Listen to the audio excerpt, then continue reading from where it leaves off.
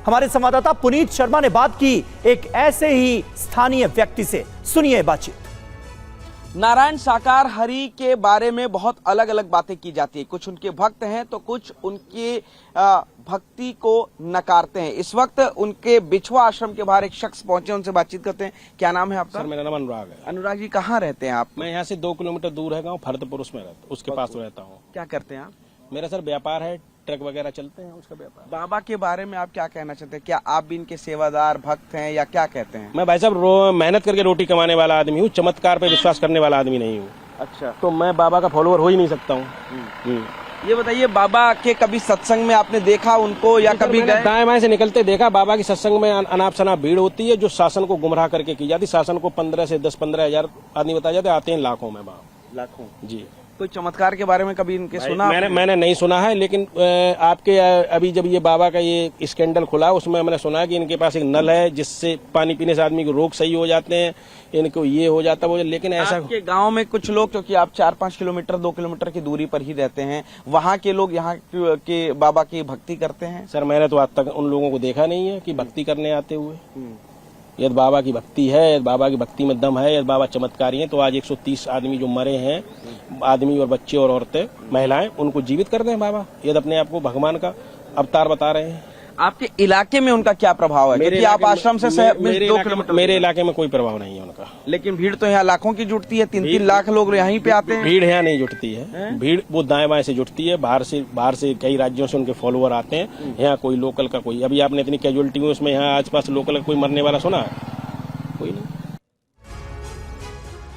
इस बीच रंजीत के आरोपों पर बाबा के आश्रम का जवाब सामने आया है। आश्रम ट्रस्ट ने रंजीत के आरोपों का खंडन किया है। आश्रम ट्रस्ट ने पुरानी रंजिश का आरोप लगाया है। रंजीत कभी बाबा का सेवादार नहीं रहा। आश्रम ट्रस्ट की ओर से बात कही गई है। रंजीत के खिलाफ 14 से 15 आपराधिक मामले दर्ज हैं। ट्रस्ट के सदस्य राजपाल सिंह यादव की ओर से यह दावा किया गया। आपने तीसरे गांव में जाके जो गुंडा है, लफंगा है, सुनो, ये जो आप कह रहे हैं ना, जिसका नाम चल रहा है चैनल पे, नहीं मैं नहीं गया, मुझे बताइए। सुनो, रंजीत उर्फ वो मनकू। अच्छा, हाँ, अच्छा, चल रहा है। हाँ, मैंने नाम सुना है। हाँ, रंजीत उर्फ मनकू। ये 14-15 केस हैं उस पर। अच्छा। थाने में, और मतलब सुनो, 14-15 केस हैं, जेल भी जा चुका है। हैं? और बलात्कार करके उसने लड़कियों को मार के और उस भाग में मतलब दबा दिया और वो पकड़ा गया। उस पर कई बार जेल गया है। और सुनो, एक दुश्मनी है या क्या? हाँ, दुश्मनी है पुरानी। क्या ये दुश्मनी है? प्रधान जी हमारे इलाके है, जो प्रधान ही इलेक्शन लड़े, इसके पिता थे। इसके पिता का और इतिहास और इसका इतिहास आप कोतवाली से देखें। हम जो कह रहे हैं उसे आप समझे, उससे कम से कम प्रमाण तो ये प्रमाण दे ना, कि ये प्रमाण हम जो उसने बकाया है उसका प्रमाण दे, या फिर जेल जाने को तैयार हो। समझ रहे हो ना? तो ये भ्रामक प्रचार नहीं करना चाहिए। अवूल जेल से क्या दुश्मनी है उसकी? दुश्मनी ये है कि वो छोटे भाई जो थे राकेश प्रधान, उसके पिता के सामने इलेक्शन लड़े और ये जीत गए, वो हार गया 2005 में। 2005 में वो हार गया है। और पहले से भी दुश्मनाई है, ये परिवार और वो परिवार पहले से भी दुश्मनाई रही है। समझ गए ना? बाबा का इन्वॉल्वमेंट क्या है इसमें? बाबा का तो ये है कि उनका किसी चीज से कोई मतलब नहीं है। यहाँ सांसारिक तौर पर किसी कहानी से कोई मतलब ही नहीं, किसी बात से उनके बारे में कोई कुछ कहता रहे तो उनका उससे कोई लेना देना नहीं। वो जो रंजीत जिसकी आप बात कर रहे हो, ये भी कह रहा है कि बाबा के आश्रम में जो छोटी कम उम्र की लड़कियां होती थी उनको लाया जाता था, परोसा जाता था। तो वो प्रमाणित करे ना। और देखिए, हमारी तफ्तीश में बाबा पर आरोप लगाने वाले रंजीत पर एक और आरोप मिला। भोले बाबा के पैतृक गांव बहादुर नगर की रहने वाली राजकुमारी नाम की महिला ने लगाया रंजीत पर झूठे मुकदमे में फंसाने का डर दिखाकर 30,000 की ठगी का आरोप। और हमारे संवाददाता जितेंद्र भाटी ने राजकुमारी से बात की।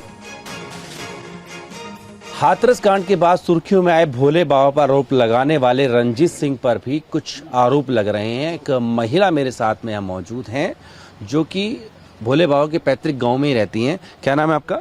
राजकुमारी। राजकुमारी, कहाँ रहती हैं आप? बहादुर नगर। बहादुर नगर में। ये भोले बाबा का पैतृक गांव है? हाँ। अच्छा, रंजीत सिंह को जानते हैं आप, उर्फ मनकू को? हाँ, जानते हैं। अच्छा, क्या आरोप लगाए उन्होंने बाबा के ऊपर? ये कहते हैं लड़की रखते हैं, ये करते हैं, गुंडा। ये आरोप सही है गलत है? गलत है।